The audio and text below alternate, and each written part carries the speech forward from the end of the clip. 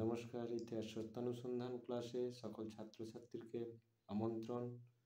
যে সকল ছাত্রছাত্রীরা বাড়িতে বসে ইতিহাস নিয়ে পড়ার চেষ্টা করছো বা ইতিহাস নিয়ে জানার চেষ্টা করছো, সেই সকল ছাত্রছাত্রীদেরকে একটাই জানানো যে এই ক্লাসটা বা এই ক্লাসের সান্নিধ্যে থাকো। ইতিহাস নিয়ে অনেক কিছু নিত্য নতুন জিনিস জানতে পারবে এবং ইতিহাস নিয়ে অনেক জ্ঞান বা ধারণা তোমাদের অর্জন হবে। এবং আরেকটা কথা বলা যে তোমাদের বন্ধুদেরকে এই রকম ভিডিও শেয়ার করো এবং তারাও উপকৃত হবে। ঠিক আছে, দেখো একটা আজকের আলোচনার বিষয় হচ্ছে ভূমি রাজস্ব ব্যবস্থা সংক্রান্ত।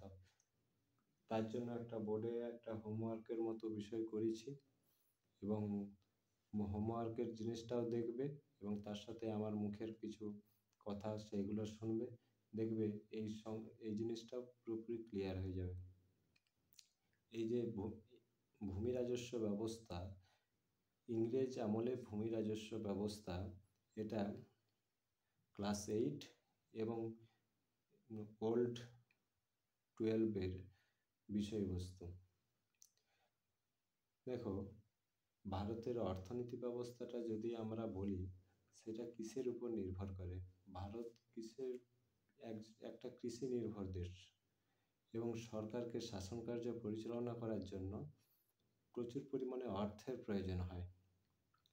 সেই অর্থটা কোথা থেকে আসে? সেই অর্থটা কেবলমাত্র কৃষকদের কাছ থেকে আসে। কিসের মাধ্যমে? খাজনা বা ট্যাক্সের মাধ্যমে। দেখো, তোমরা যদি সুলতান যুগ বা মুঘল যুগকে যাও, এইরকম কিছু রাজস্ব ব্যবস্থা সম্পর্কে তোমরা জানতে পারবে। যেমন সুলতানি যুগে আমরা যদি দেখব যে ইকতা প্রথার কথা আমরা জানব। আবার মুঘল যুগে নশক, গল্লাবক্স, যাবতী ব্যবস্থা, এই সংক্রান্ত ভূমি রাজস্ব ব্যবস্থা সম্পর্কে জানতে পারবো। তাহলে এই নশক বা যাবতী ব্যবস্থা, এটা কে প্রচলন করেছিলেন? আকবরের সময়ে হয়েছিল, কিন্তু প্রচলন করেছিলেন সেটা টোডরমল। কিন্তু আমরা আজকে যে জিনিসটা নিয়ে জানবো সেটা হচ্ছে ইংরেজ আমলে ভূমি রাজস্ব ব্যবস্থা। দেখো, ইংরেজ আমলে ভূমি রাজস্ব ব্যবস্থা বলতে গেলে যদি আমি এক কথায় বলি যে কীভাবে কী ভূমি রাজস্ব ব্যবস্থা প্রচলন করেছিলেন, তাহলে আমি এক কথায় বলে দিলাম যে 10 সালা বন্দোবস্ত, 5 সালা বন্দোবস্ত, 1 সালা বন্দোবস্ত, চিরস্থায়ী বন্দোবস্ত, এই বন্দোবস্তগুলো প্রচলন করেছিলেন। কিন্তু সবথেকে আলোচনার বিষয়বস্তু, একদিনে কিন্তু ভূমি রাজস্ব ব্যবস্থা ভারতে প্রবর্তন হয়নি। ভূমি রাজস্ব ব্যবস্থা প্রবর্তনের জন্য ধাপে ধাপে বিভিন্ন পরীক্ষা নিরীক্ষার মাধ্যমে ভূমি রাজস্ব ব্যবস্থাটা প্রচলিত হয়েছিল ভারতে। দেখো, সবার প্রথমে ইংরেজরা কিভাবে শাসন কার্য পরিচালনা করছে, কিভাবে ক্ষমতায় আসছে, সেইটা জানতে হবে। দেখো, 1757 খ্রিস্টাব্দে সবার প্রথম ইংরেজরা পলাশির যুদ্ধে জয়লাভ করছে। পলাশির যুদ্ধে জয়লাভ করার ফলে ইংরেজদের শাসন ক্ষমতা সবার প্রথম ভিতটা প্রতিষ্ঠা হচ্ছে। কিন্তু যদি আমরা বলি যে ইংরেজ ইস্ট ইন্ডিয়া কোম্পানির প্রকৃতভাবে শাসন ক্ষমতাটা অর্জনের জন্য কোন যুদ্ধকে ধরা হবে, সেখন কিন্তু পলাশির যুদ্ধকে নয়, তখন সেটা আসবে বক্সারের যুদ্ধে। আর ইংরেজরা কার সময়ে ভারতে এসেছিল? জাহাঙ্গীরের সময়ে ভারতে এসেছিল। তাহলে যে সবার প্রথম যদি বলে কোন যুদ্ধে ইংরেজরা জয়লাভ করেছিল, সেটা হচ্ছে পলাশির যুদ্ধ, এবং সেখানে সবার প্রথম ভিত অর্জন হয়েছিল। আর চূড়ান্তভাবে ভিতটা অর্জন হয়েছিল কোন যুদ্ধে? সেটা হচ্ছে বক্সারের যুদ্ধ। বক্সারের যুদ্ধে চূড়ান্ত ভিত অর্জন হয়েছিল।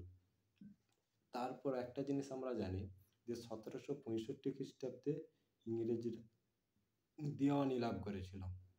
কিন্তু এইটা ঠিক, আমি যদি বলি যে 1765 খ্রিস্টাব্দে কোন সন্ধির মাধ্যমে ইংরেজরা দেওয়ানি লাভ করেছিল, তখন অনেকেই ব্যাপারটা বুঝে উঠতে পারবে না। কেন? যে প্রথম আমরা জানি যে দেওয়ানি লাভ করেছিল যে 1765 খ্রিস্টাব্দে, কিন্তু সেটা কোন সন্ধির মাধ্যমে? সেটা এলাহাবাদের দ্বিতীয় সন্ধি। এলাহাবাদের দ্বিতীয় সন্ধি 1765 খ্রিস্টাব্দে। এই সন্ধির মাধ্যমে হচ্ছে দেওয়ানি লাভ করেছিল। কারা করেছিল? ইংরেজরা। এবং এই সন্ধির মাধ্যমে ভারতের নবাবরা কী পেয়েছিল? যে দায়িত্বহীন ক্ষমতা। আর ইংরেজরা কী পেয়েছিল? ক্ষমতাহীন দায়িত্ব। দুটোর মধ্যে পার্থক্য আছে, দায়িত্বহীন ক্ষমতা এবং ক্ষমতাহীন দায়িত্ব। মানে তার কোনো দায়িত্ব থাকবে না, মানে শাসন কার্য পরিচালনা করার জন্য, রাজস্ব আদায়ের জন্য, শান্তি শৃঙ্খলা প্রতিষ্ঠার জন্য কেবলমাত্র ক্ষমতাটাই থাকবে। সেটা কোন দিক থেকে? খাতায় কলমে। আর ক্ষমতাহীন দায়িত্ব কে পেয়েছিল?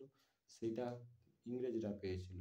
তার হাতে কোনো রকম ক্ষমতা থাকবে না, কিন্তু তারা কোন কোন অধিকার পাচ্ছে? তারা মুদ্রা ছাপানোর অধিকার পাচ্ছে। যদিও মুদ্রা ছাপানোর অধিকারটা আলীনগরের সন্ধিতে পেয়েছিল, সিরাজউদ্দৌলার কাছ থেকেই পেয়ে গিয়েছিল, কিন্তু তবুও বলছি যে ট্যাক্সাল ব্যবহার এগুলো আলীনগরের সন্ধিতে সিরাজের সময় পেয়ে গিয়েছিল, কিন্তু দেওয়ানি লাভের পরে চূড়ান্তভাবে পেয়ে গিয়েছিল। এবং আর কি, যে শান্তি শৃঙ্খলা প্রতিষ্ঠা করার জন্য এবং সমস্ত রাজস্ব আদায়, এগুলো সব ইংরেজরা আস্তে আস্তে অর্জন করছে। কিন্তু এর পরিপ্রেক্ষিতে দেখা যাচ্ছে যে দুই রকম শাসন ব্যবস্থা ভারতে প্রচলিত হচ্ছে। দুই রকম শাসন ব্যবস্থা বলতে যে একটা নবাবের শাসন ব্যবস্থা, আর একটা হচ্ছে ইংরেজ কোম্পানির শাসন ব্যবস্থা। এই শাসন ব্যবস্থাটা হচ্ছে দ্বৈত শাসন ব্যবস্থা। তাই মানে দুই রকম দ্বৈত শাসন ব্যবস্থা প্রবর্তনের ফলে ভারতের মানুষদের বা জনগণের লাভের থেকে ক্ষতিটাই বেশি হয়েছিল। এখানে ভারতের বললে ভুল হবে জিনিসটা, এটা বাংলা যদি বলা হয় তাহলে বিষয়টা আরও ভালো হবে। কারণ তখন কিন্তু ইংরেজরা সমগ্র ভারতের শাসন কার্য পরিচালনা করার অধিকারটা পায়নি। কেবলমাত্র বাংলা, বিহার, উড়িষ্যা, এই সমগ্র বাংলাটাতেই শাসন কার্য পরিচালনার অধিকারটা পেয়েছিল। তো তারপরে যে কি হয়েছিল, যে যেটা বলছিলাম যে লাভের থেকে ক্ষতির পরিমাণটাই বৃদ্ধি পেয়েছিল। কিসের জন্য? সেইটা হচ্ছে ইংরেজদের অত্যাচার, শোষণ, বঞ্চনা, এগুলো বৃদ্ধি পেতে থাকে। সেগুলো কাকে কেন্দ্র করে? রাজস্ব ব্যবস্থাটাকে কেন্দ্র করে। ঠিক আছে? এইগুলো হচ্ছে, এর ফলে কি হচ্ছে? এর ফলে তোমার বাংলাতে কি হচ্ছে? 76-এর মন্বন্তর ঘটছে 1770 খ্রিস্টাব্দে এবং 1176 বঙ্গাব্দে। 76-এর মন্বন্তর। এই 76-এর মন্বন্তর আমরা বঙ্কিমচন্দ্রের আনন্দমঠ উপন্যাস থেকে জানতে পারছি। ঠিক আছে, সেই ব্যাপারগুলো যাক, মানে এগুলো বহির্ভাগের জিনিস। তো যেটা আজকে মূল জিনিস সেটা হচ্ছে ইংরেজ আমলে চিরস্থায়ী এবং রাজস্ব ব্যবস্থা সংক্রান্ত। দেখো, সবার প্রথমে কে গভর্নর কে ছিল? সবার প্রথম রবার্ট ক্লাইভ দুবার ভারতে এসেছিল। রবার্ট ক্লাইভ দুবার ভারতে এসেছিল কিসের জন্য? একবার হচ্ছে যখন তাকে একবার ভারতে পাঠানো হয়েছিল, যে ভারতে যখন ইংরেজদের শাসন কার্যটা চূড়ান্তভাবে অর্জন না হওয়া পর্যন্ত রবার্ট ক্লাইভকে পুনরায় হচ্ছে শাসন কার্য করানোর জন্য পাঠানো হয়েছিল। কোথায়? বাংলাতে। তখন রবার্ট ক্লাইভ বাংলাতে শাসন কার্য করতে এসে কি শাসন কার্য সবার প্রথম করেছিল? রাজস্ব ব্যবস্থা সংক্রান্ত কিছু গৃহীত পদক্ষেপ গ্রহণ করেছিল। এই রাজস্ব ব্যবস্থাটা কিসের জন্য করেছিল? ইংরেজ কোম্পানি একটাই উদ্দেশ্যে ছিল, যে বাংলা থেকে প্রচুর পরিমাণে অর্থটাকে সঞ্চয় করা। বাংলা থেকে প্রচুর পরিমাণে অর্থ সঞ্চয় করলে তারা কাদেরকে হচ্ছে মানে কিসের? তারা হচ্ছে নিজেদের মুনাফাটাকে গ্রহণ করতে চেয়েছিল, নিজের মুনাফাটাকে বৃদ্ধি করতে চেয়েছিল। সেটা কিসের মাধ্যমে? তোমরা একটা জিনিস জানো, যে নবাবের কাছ থেকে প্রচুর পরিমাণে অর্থ আদায় করেছিল বাংলার নবাবের কাছ থেকে।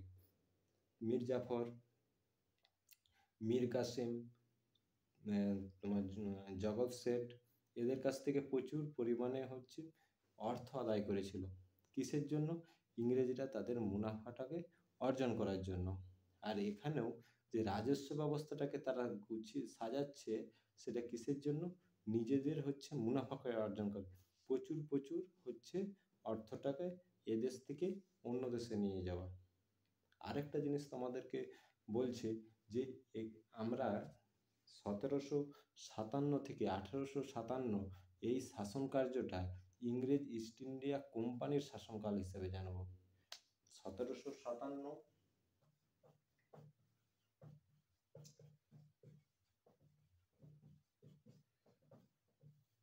এই শাসনকালটাকে আমরা ইংরেজ ইস্ট ইন্ডিয়া কোম্পানির শাসনকাল বলবো। আমরা ইস্ট ইন্ডিয়া কোম্পানি বলতে ইংরেজ ইস্ট ইন্ডিয়া কোম্পানি, ফরাসি east India company, Dutch east India company, ওলন্দাজ ইস্ট ইন্ডিয়া কোম্পানি, এরা সবাই ইস্ট ইন্ডিয়া কোম্পানি। তাহলে আমরা পড়ার সময় কি বলবো, যে ইংরেজ ইস্ট ইন্ডিয়া কোম্পানি। আর ইংরেজ ইস্ট ইন্ডিয়া কোম্পানির শাসনকাল 1757 থেকে 1857। আর 1857 থেকে 1947 খ্রিস্টাব্দ পর্যন্ত সেইটা হচ্ছে গভর্নরের শাসন, মানে রানীর শাসন ব্যবস্থা। সেইটা হচ্ছে ইংরেজ সরকারের শাসন ব্যবস্থা। ব্যাপারটা ক্লিয়ার হলো? তো যাক ওই বিষয়গুলো। তো তাহলে আমরা কি দেখছি, যে রবার্ট ক্লাইভ দ্বিতীয়বার ভারতে এসেছিল কখন? 1765 থেকে 67 খ্রিস্টাব্দে। 1765 থেকে 67 খ্রিস্টাব্দে রবার্ট ক্লাইভ ভারতে এসে সবার প্রথমে তিনি কি গৃহীত পদক্ষেপ করেছিলেন, যে নায়েব ও দেওয়ান পদটা গ্রহণ করেছিলেন। এই নায়েব দেওয়ান হিসাবে কাকে পাঠিয়েছিল? আমরা দুটো নাম জানি, রেজা খাঁ এবং সীতাভ রায়। এই রেজা খাঁকে বাংলাতে এবং সীতাভ রায়কে বিহার ও উড়িষ্যার পদটা দিয়েছিল। কিসের জন্য? রাজস্ব সংক্রান্ত দাবি দাওয়াগুলো গ্রহণ করার জন্য। এবং এই রেজা খাঁ, সীতাভ রায় তারা নিজে সেই ক্ষমতাটাকে না প্রয়োগ করে তারা আরেকটা পদ গ্রহণ করেছিলেন, সেটা আমিলদার পদ। আমিলদারি এই পদটা গ্রহণ করেছিলেন। বা আমিলদারের কাজ কি, বা আমিলের কাজ কি? এরা কৃষকের কাছ থেকে রাজস্বটা আদায় করে আনার। আমরা ডক্টর নরেন্দ্র কৃষ্ণ সিংহ একটা জায়গায় খুব ভালো বক্তৃতা দিয়েছেন। তিনি বলেছেন যে এই আমিলদারেরা মানে হিংস্র পশুর মতো ছিল। কিসের জন্য? যে তিনি একটা জেলার কথা বলেছেন, সেটা হচ্ছে পূর্ণিয়া জেলা। আলীবর্দী খাঁয়ের সময়ে সেই পূর্ণিয়া জেলা থেকে 4 লক্ষ রাজস্ব আদায় হতো। কিন্তু এই রেজা খাঁ এবং সীতাভ রায় যখন আমিলদারি নিয়োগ করছেন, এই আমিলদারি সুচেত রাম বলে একজন ব্যক্তিকে যখন আমিলদার নিয়োগ করছেন, তিনি সেই পূর্ণিয়া জেলা থেকে 24 লক্ষ রাজস্ব আদায় করেছিলেন।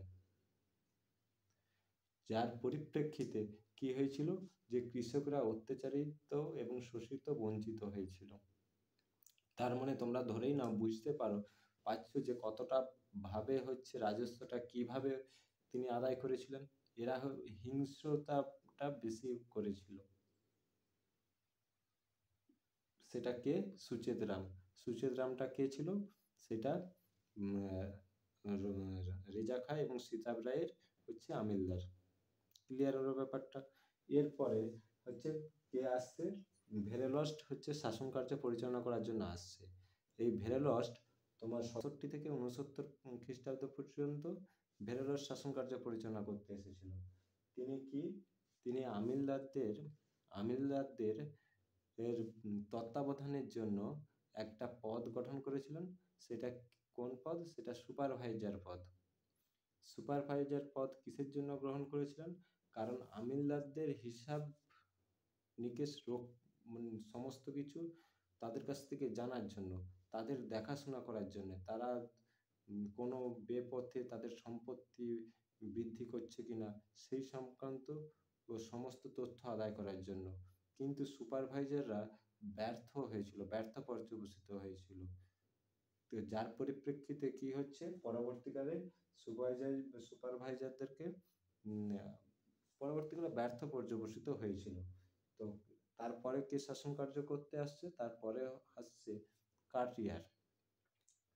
কার্টিয়ার কত খ্রিস্টাব্দ? 1769 থেকে 72 খ্রিস্টাব্দ পর্যন্ত কার্টিয়ার শাসনকার্য পরিচালনা করেছিলেন। এবং তিনি সবার প্রথমে এসে কি করেছিলেন? সবার প্রথমে এসে আমিলদারি প্রথার অবসান করছেন। আমিলদারি প্রথা তোমাদেরকে একটাই প্রথমেই বলেছি যে আমিলদারদেরকে কে নিয়োগ করছে? সেটা হচ্ছে রেজা খাঁ ও সিতাব রায়। সেই আমিলদারদের প্রথার অবসান কেন করছে? কারণ আমিলদারেরা হচ্ছে হিংস্র হয়ে উঠেছিল এবং প্রচুর পরিমাণে অত্যাচারিত ছিল। সেই জন্য কার্টিয়ার সবার প্রথমে এসে আমিলদারি প্রথার অবসান ঘটাচ্ছে। এবং তিনি কী করছেন? 1770 খ্রিস্টাব্দে মুর্শিদাবাদ ও পাটনাতে এবং 1771 খ্রিস্টাব্দে কলকাতায় রাজস্ব নিয়ামক পরিষদ গঠন করছেন। তাহলে রাজস্ব নিয়ামক পরিষদ কে গঠন করছেন? সেটা হচ্ছে কার্টিয়ার। কার্টিয়ার সব এসে তারা রাজস্ব নিয়ামক পরিষদ, এই রাজস্ব নিয়ামক পরিষদ কি করবে? যে জমির প্রকৃত ও পরিমাণটা সম্পর্কে জানানো এবং সেখান থেকে মুঘল আমলে বা সুলতান মুঘল যুগে কীরকমভাবে রাজস্বটা আদায় করা হতো, কত পরিমাণে রাজস্ব আদায় করা হতো, সেই সমস্ত জিনিস নিয়ে তত্ত্বাবধান পরিচালনা করা। এরপরে কে আসছে? যে সিংহাসনের এরপরে কে দায়িত্বপদ গ্রহণ করছে?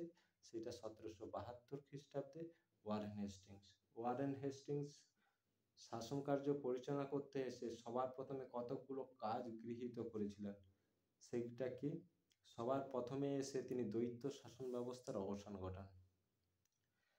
1772 খ্রিস্টাব্দে তিনি সবার প্রথম দ্বৈত শাসন ব্যবস্থার 1772 খ্রিস্টাব্দে দ্বৈত শাসন ব্যবস্থা প্রথার অবলুপ্তি ঘটান।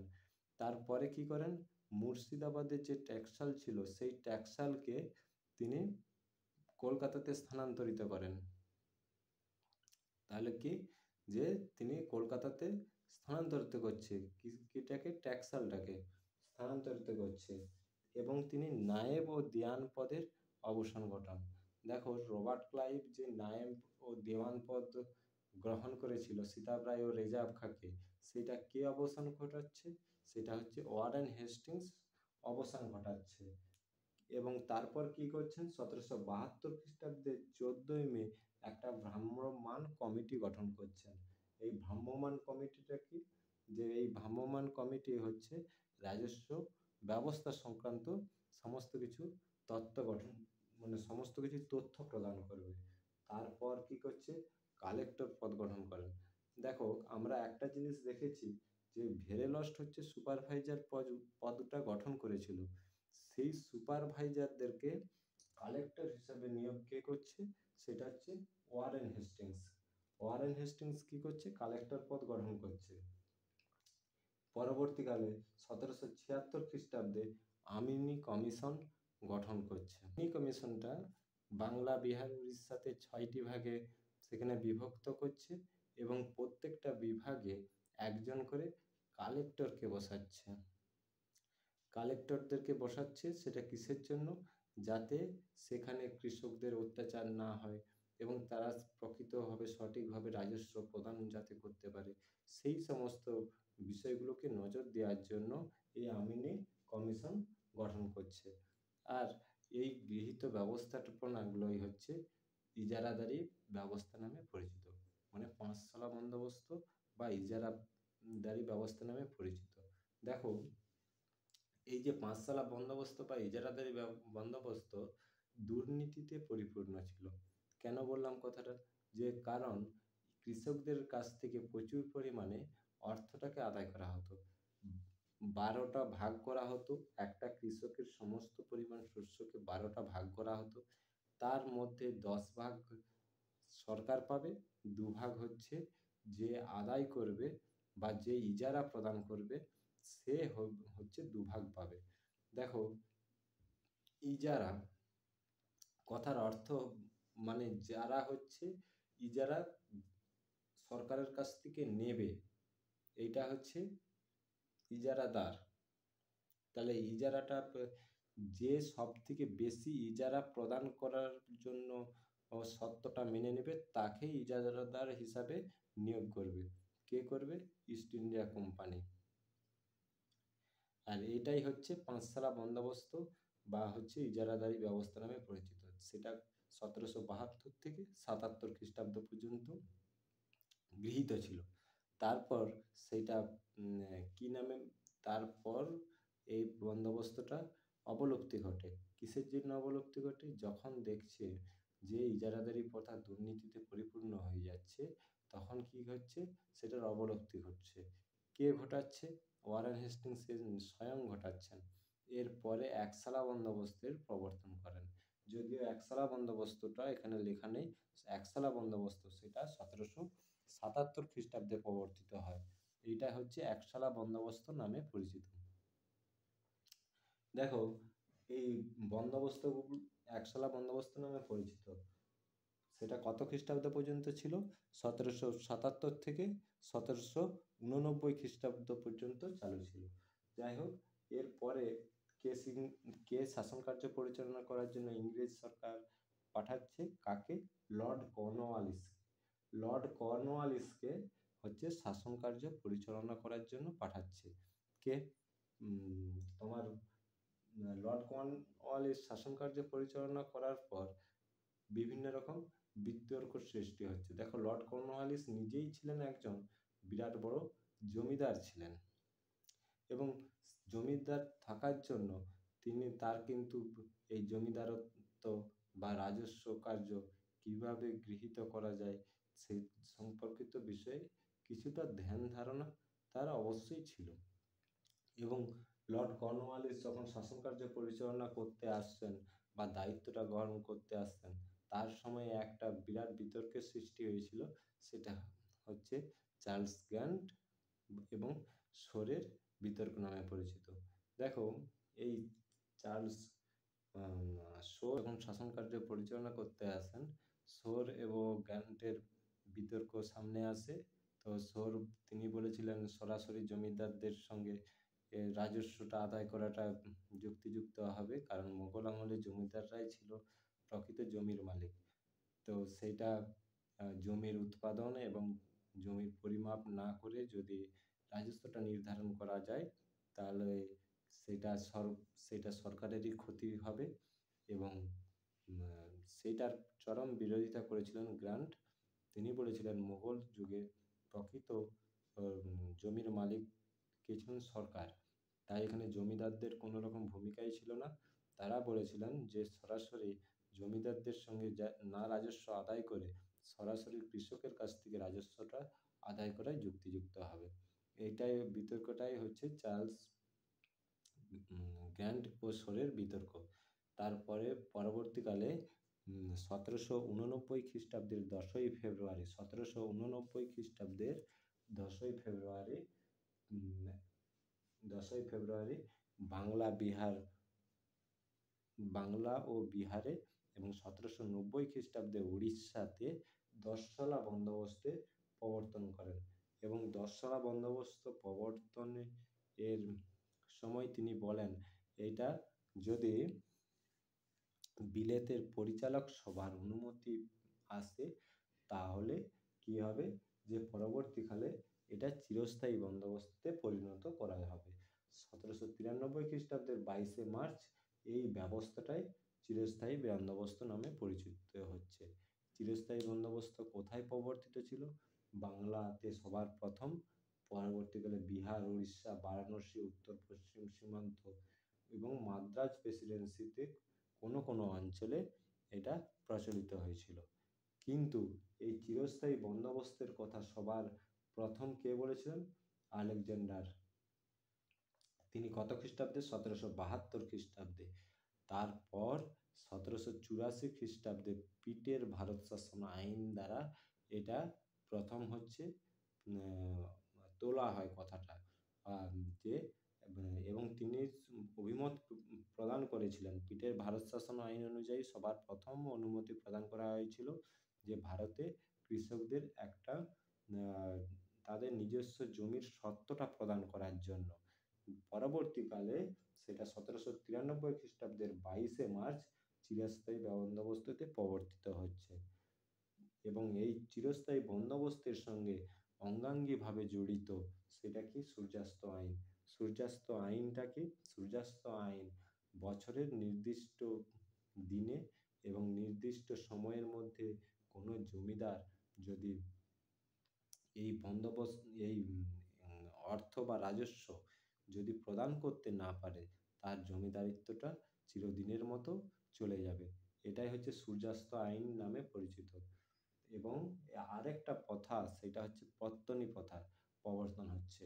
পত্তনি প্রথাটা কোথায় দেখা গিয়েছিল? বর্ধমানে। বর্ধমানের জমিদার কৃষ্ণচন্দ্র, তিনি এই পত্তনি প্রথাটা প্রবর্তন করেন। পত্তনি প্রথাটা হলো জমিদার, সে ইংরেজ সরকারের কাছ, ইংরেজ কোম্পানির কাছ থেকে জমিদারিত্বটা নিয়ে নিচ্ছে, যে একটা জেলার রাজস্বটা আদায় করে সে সরকারকে প্রদান করবে। এবং তিনি জমিদার, তিনি কি করছেন, 12টা কি 14টা ছোট ছোট জমিদারকে তার হচ্ছে একটা এলাকাগুলো প্রদান করে দিচ্ছে, এবং সেখান থেকে তাদেরকে বলছে যে এই এত অর্থ আমাকে প্রদান করতে হবে, তাহলে কি হবে, তোমাদের হচ্ছে জমিদারিত্ব থাকবে। আবার সেই 12টা জমিদার ছোট ছোট আরও জমিদারে বিভক্ত হয়ে যাচ্ছে। তারা বলছে, তাদেরকে বলা হচ্ছে যে তোমরাও এই অর্থ প্রদান করবে। তাহলে কি হচ্ছে, যে সেই প্রথাটা পত্তনি প্রথা। সে যখন অপরকে পত্তনটা দিচ্ছে, সেটা দরপত্তনি, এবং দরপত্তনি থেকে দরপত্তনি যতগুলো বিভক্ত হবে, সেটা হচ্ছে দরপত্তনিতে পরিণত হবে। দেখো, আরেকটা জিনিস তোমাদেরকে বলে দিই। ধরো এটা হচ্ছে মূল জমি, একজন হচ্ছে রাজস্বটা তিনি হচ্ছে ইংরেজ সরকারের কাছ থেকে পেয়েছেন। তিনি এই পুরো এলাকাটাকে বিভক্ত করে দিচ্ছে। এই ধরো 4টা ভাগে বিভক্ত করছে, 4টা ভাগে বিভক্ত করে তিনি পত্তনিটাকে পত্তনিতে বিভক্ত করছে। এই পত্তনি, ধরো এই একটা জমিদার, এই একটা জমিদার, এই একটা জমিদার, এই একটা জমিদার, এরা আবার কি করছে, এই অঞ্চলটাকেই বিভক্ত করছে, এইরকম 3টা ভাগে বিভক্ত করে, এইভাবে বিভক্ত করে দিচ্ছে। তাহলে পত্তনি প্রথাটাকে আবার বিভক্ত হয়ে যাচ্ছে। এই পত্তনিটাকে তাহলে কি হচ্ছে, পত্তনি। এই পত্তনির প্রত্যেকটা একটা করে জমিদার, প্রত্যেকটা একটা করে জমিদার, এরা কি করছে, এরা আবার এই অঞ্চলটাকে একটা দুটো ভাগে বিভক্ত করে দিচ্ছে। তাহলে তখন কি হয়েছে, পত্তনি। এইভাবে কি হয়েছিল, পত্তনি প্রথার প্রবর্তন হয়েছিল। এবং এই যে চিরস্থায়ী বন্দোবস্ততে আমরা দেখতে পাচ্ছি, জমিদারিত্ব, জমির মালিকানা বা সত্ত্ব, সেটা চিরদিনের মতো হচ্ছে ঠিক কথাই, কিন্তু টাকার বা রাজস্বের পরিমাণ বৃদ্ধি পাওয়ার জন্য কি হচ্ছে, অনেকের জমিদারিত্বটাও চলে যেতে থাকে। তাহলে এই হাত থেকে উদ্ধার পাওয়ার জন্য এই প্রথার প্রবর্তন হয়েছিল। এই প্রথাটা কে প্রবর্তন করছে? বর্ধমানের জমিদার কৃষ্ণচন্দ্র। এবং এই প্রথার প্রবর্তন করার মাধ্যমেই তিনি কি করেছিলেন, যে সূর্যাস্ত, এই প্রথার প্রবর্তনের মাধ্যমে তিনি কি করেছিলেন, যে তার জমিদারিত্বটা টিকিয়েছিলেন। এবং এই জমিদারিত্বটা তার হাত থেকে হাতছাড়া হয়নি। না হলে অনেক জমিদারের কি হয়েছিল, রাজস্বের পরিমাণ বৃদ্ধি পাওয়ার জন্য জমিদারিত্বটা চলে যেত। কিসের জন্য? এখানে প্রত্যেকটা বন্দোবস্ততেই একটা ইংরেজ সরকার ভালোভাবেই বলে দিয়েছিল, কোনো কোনো প্রাকৃতিক বিপর্যয়ে কোনোভাবেই হচ্ছে রাজস্ব ব্যবস্থা ছাড় বা মকুব করা যাবে না। সেইটা অনাবৃষ্টিও হতে পারে, প্রচুর পরিমাণে বন্যাও হতে পারে, এবং খরাও হতে পারে। কোনো কারণেই রাজস্ব ব্যবস্থা বাদ দেওয়া বা ছাড় পাওয়া যাবে না। তার পরিপ্রেক্ষিতে কি হয়ে যায়, রাজস্ব ব্যবস্থা কোনো বছর যদি কোনো জমিদার না দেয়, তাহলে তার জমিদারিত্বটা চলে যাবে, এবং যতটা পরিমাণে রাজস্ব প্রদান করতে পারবেনি, তার হচ্ছে ততটা পরিমাণ হচ্ছে জমিদারিত্ব বা এলাকা, সেই সমমূল্য অর্থের জায়গা বিক্রয় করে তার রাজস্বটা মেটানো হবে। এই ধরনের শর্ত প্রদান করা হয়েছিল। এর ফলে অনেক জমিদারিত্ব চলে যায়, এবং অনেক কৃষক বেকার হয়ে যায় এবং অনেক মধ্যস্বত্বভোগীর উৎপত্তি হচ্ছে। মধ্যস্বত্বভোগী ইজারাদারি বন্দোবস্ততেই উৎপত্তি হচ্ছে এবং বাইরে থেকে যারা অর্থ প্রিয় ব্যক্তি তারা কি হচ্ছে, সেই সমস্ত কিছু ভূমিফোট জমিদারের উৎপত্তি হচ্ছে। তো এগুলো বন্দোবস্তের প্রভাবে হচ্ছে। এই ছাড়াও চিরস্থায়ী বন্দোবস্ত ছাড়াও আরও ছিল রায়তারি বন্দোবস্ত, মহলোয়ারি বন্দোবস্ত, ভাইয়াচারি বন্দোবস্ত, এগুলোও কৃষি বন্দোবস্ত।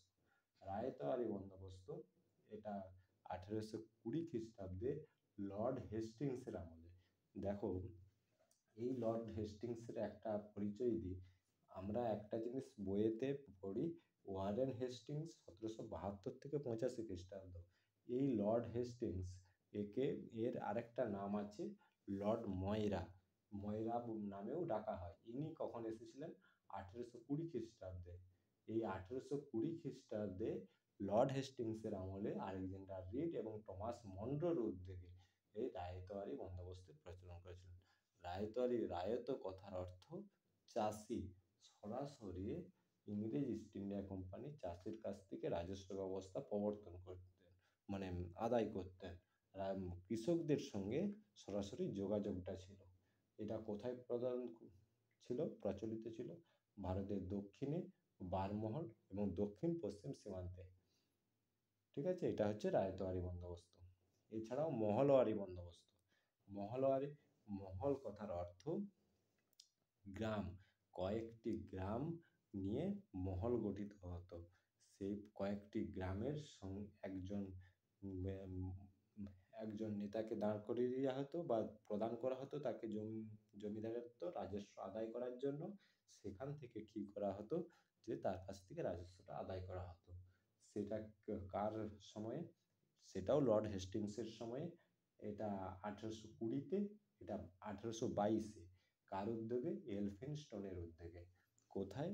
উত্তর পশ্চিম সীমান্ত প্রদেশ ও মধ্যপ্রদেশের কিছু অংশে। এছাড়াও ভাইয়াচারি বন্দোবস্ত লর্ড আমহার্স্টের আমলে, ম্যাকেনজি 1824 খ্রিস্টাব্দে এলফিনস্টোন এর উদ্যোগে। কোথায়? পাঞ্জাব অঞ্চলে। ঠিক আছে, আজকে রাখছি, পরবর্তী ক্লাসে দেখা হবে।